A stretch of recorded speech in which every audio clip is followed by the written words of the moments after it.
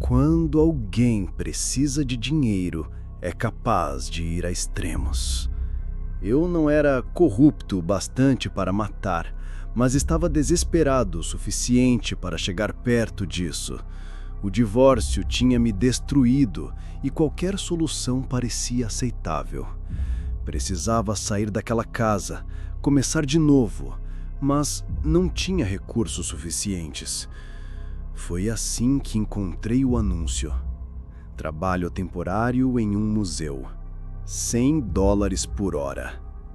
A exposição seria em um galpão abandonado na periferia da cidade. Pensei que poderia ser apenas alguma arte contemporânea estranha, estátuas bizarras ou objetos amaldiçoados. Não liguei muito. $100 por hora valiam qualquer risco, ou quase qualquer risco. Chegando lá, percebi que o galpão era enorme, mas praticamente vazio. Havia algumas pinturas nas paredes, estátuas de madeira altas que quase tocavam o teto, e objetos comuns apresentados como se fossem relíquias. Entre eles, uma tesoura comum, descrita como autêntica e extremamente importante. Senti um arrepio, mas ignorei. A responsável pelo local era uma mulher estranha, de pele jovem, mas olhos cansados e mãos enrugadas. Ela me explicou meu trabalho. Apenas sentar, observar e manter discrição.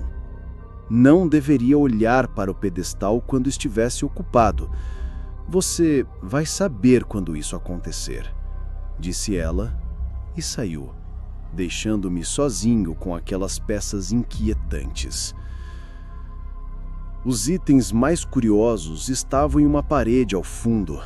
Uma mesa baixa chamada A Fome, com bordas roídas e mordidas humanas. Um par de sapatos gastos até o impossível. O sapato que voltou para casa. E finalmente, o pedestal vazio. A placa dizia: "O pintor, não olhe quando estiver ocupado." No começo, era apenas desconfortável estar lá. Silêncio absoluto. Apenas eu e aquelas peças. Mas então, comecei a sentir algo estranho. Uma presença. Não precisei me virar para perceber que não estava sozinho. Havia uma sombra sobre o pedestal, agachada, imóvel, apenas observando.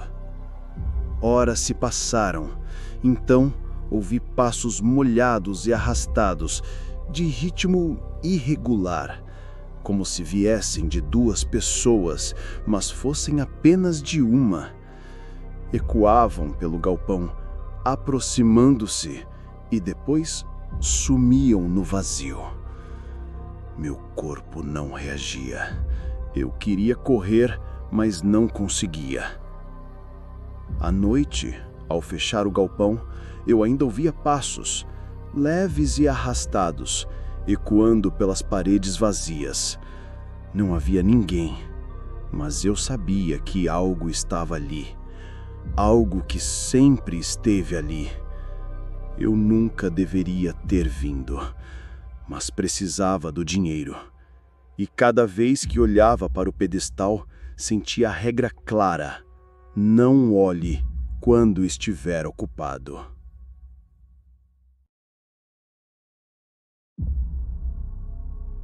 Tenho certeza de que algumas pessoas vão se identificar com isso.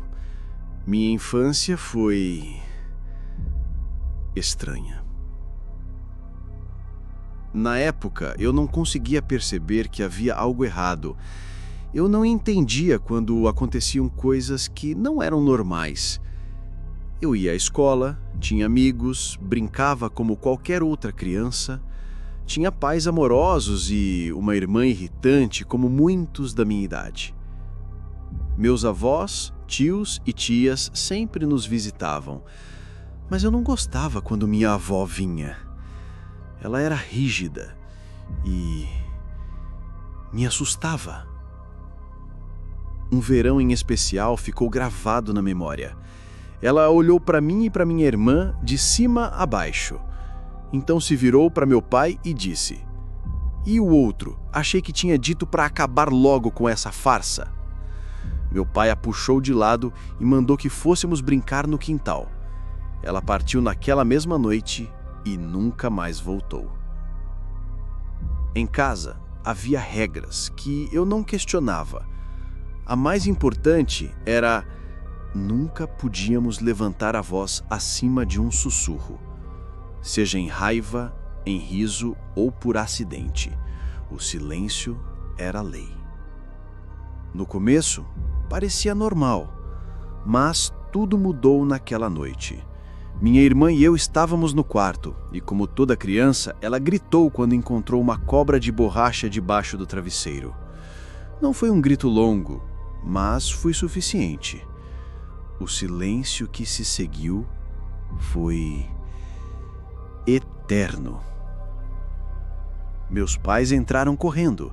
Foi então que ouvimos arranhões. No início leves, quase educados, como se pedissem para entrar. Depois mais fortes, mais altos, até que o chão começou a ceder. As tábuas se entortaram, se partiram e algo rastejou para fora. Pequeno, vermelho, inchado, pele esticada, cordões de carne pendendo pelo corpo. Meus olhos não queriam acreditar.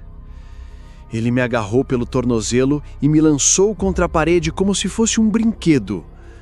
Antes que eu pudesse reagir, ele puxou-o. Minha irmã foi arrastada para dentro do buraco enquanto gritava. Mas o silêncio veio, não por suas próprias mãos.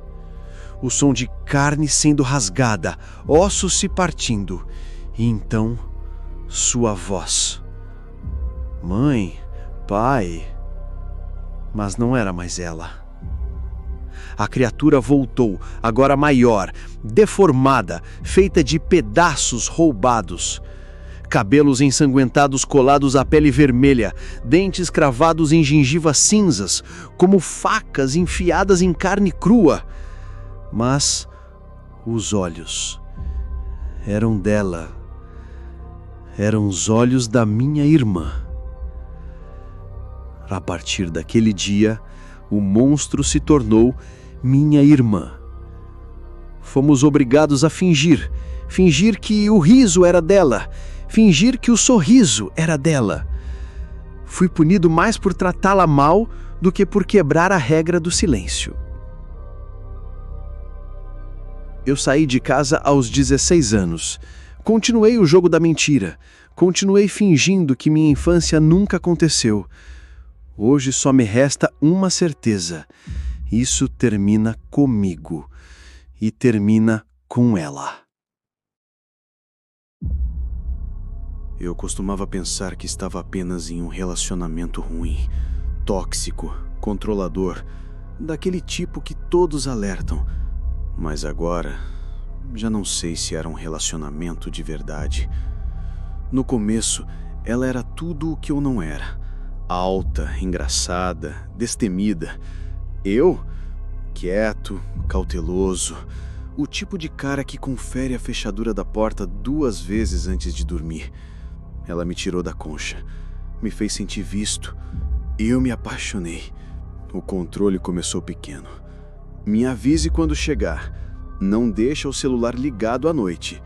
Não diga essa palavra. Apenas confie em mim. Eu ri.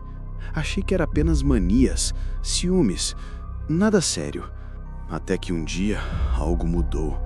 Ela me mostrou fotos de uma festa de aniversário. Eu sabia que tinha estado lá. Eu lembrava de ficar encostado na geladeira a noite inteira. Mas em nenhuma das fotos eu aparecia. Eu ri nervoso. Estranho, eu estava lá. Ela sorriu de leve. Talvez você só ache que estava. Meu estômago afundou.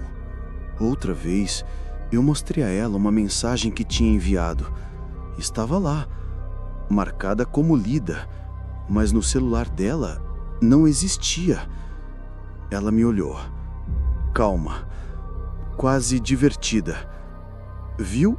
Você não mandou nada, só acha que mandou. Eu queria gritar, mas fiquei parado, o coração disparado. Ela começou a me perguntar coisas estranhas. Tem certeza que você é real?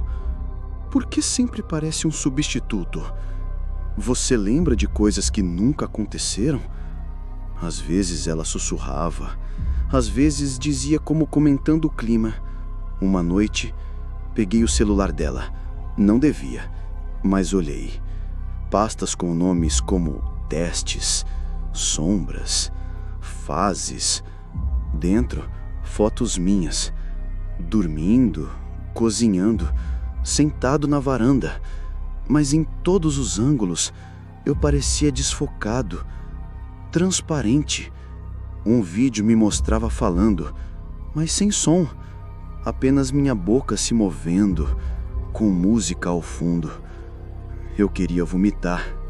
Quando a confrontei, ela só disse: "Você não devia ter visto isso. Está atrapalhando o processo." Aquela palavra grudou em mim. Processo. Uma vez, tentei sair. Malas prontas. Metade do corpo já fora da porta. Então ela disse baixo: "Se você sair, eles vão saber que você quebrou o personagem. É isso que você quer?" Eu congelei e larguei a mala. Comecei a anotar tudo, guardar recibos, tirar fotos da comida antes de comer, contar azulejos no banheiro. Eu estava enlouquecendo, mas era a única forma de provar que eu era real. Até que explodi. Eu gritei, chamei-a de mentirosa, de manipuladora. Ela só me olhou, sem expressão. Você não devia ter visto isso. Quando roubei o celular dela de novo, ela não reagiu.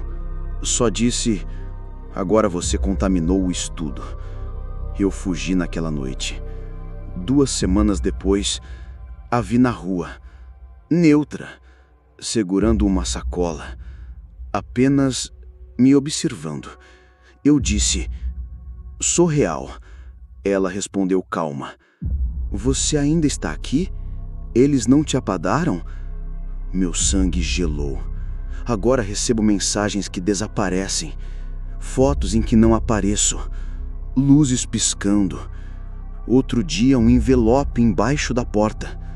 Dentro, uma foto da minha cozinha, meu celular na mesa. Mas eu não estava na imagem. No verso, escrito à mão: "Não alimente." E eu não consigo esquecer o que ela disse: "Você é parte de um teste. Você nunca foi real."